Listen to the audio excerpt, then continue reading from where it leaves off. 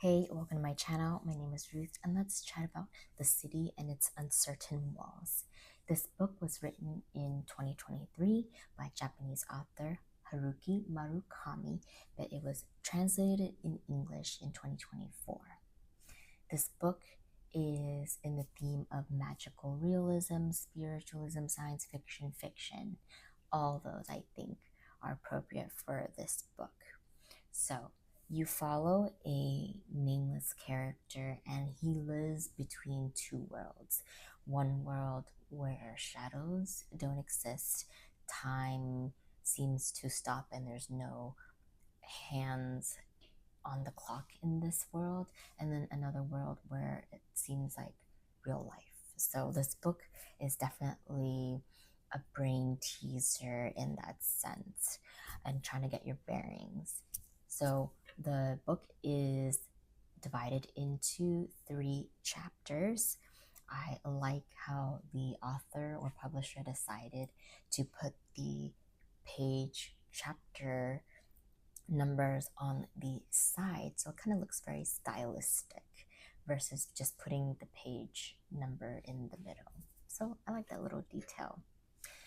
And this world, yeah, there's a lot of quirks to this world that I won't mention all of it, but yeah, the big thing is not having shadows in this world, and then the walls move and not stay static. There's also this like guardian or gatekeeper of this world, so many things that are very odd, a bit interesting, that kind of draws you into wanting to read this book more.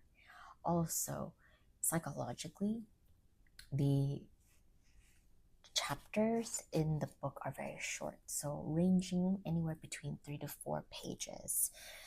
Some books I feel, if one of the chapters are, for example, like 20 pages long, it might feel daunting. But because these chapters are so short, you feel like you're making a dent in the book.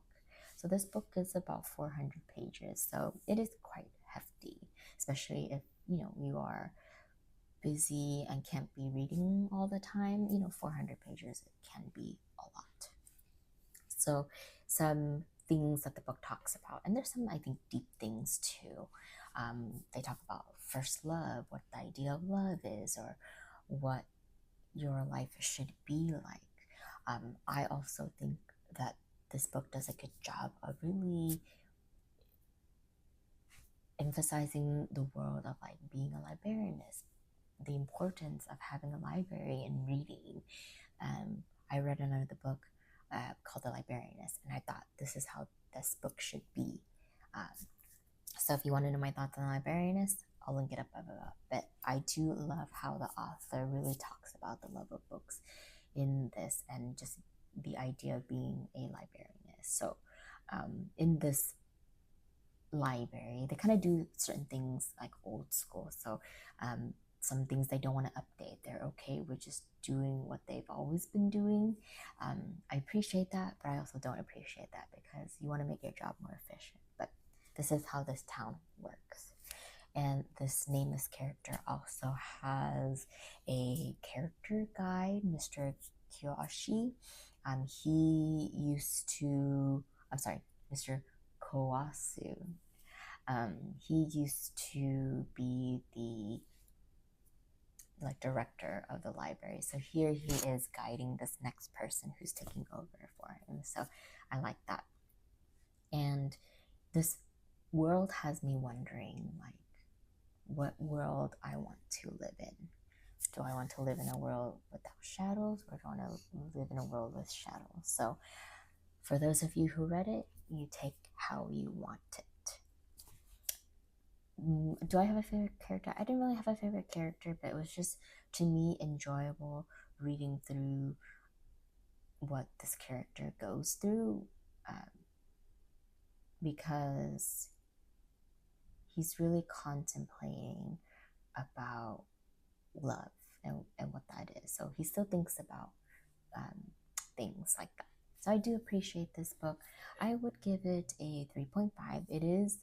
There are some questions that I feel was left unanswered, so 3.5 for me. I've also read in the back of the book how this author came about this idea, how long it took. So I do have appreciation for the backstory of how this book came about, but I also know from reading other things that this author has like a very different way of writing things. So if you were to get into some of his books, maybe this book is not a good intro to his like writing style. So I'm gonna have to check out his other books to see. But I do appreciate and see how he writes things, and there could be certain things that are also like lost in translation because it was translated, and maybe certain words in Japanese may not have the same meaning when it's translated into English. But 3.5 for me. Go check it out. Would love to hear from you. Did you like this book? Did you like this book? Who's your favorite character? Please comment, rate, share, and subscribe. Happy reading. I always forget.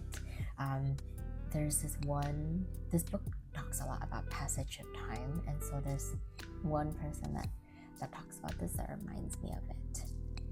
Talking about the significance of the passage of time, right? The significance of the passage of time.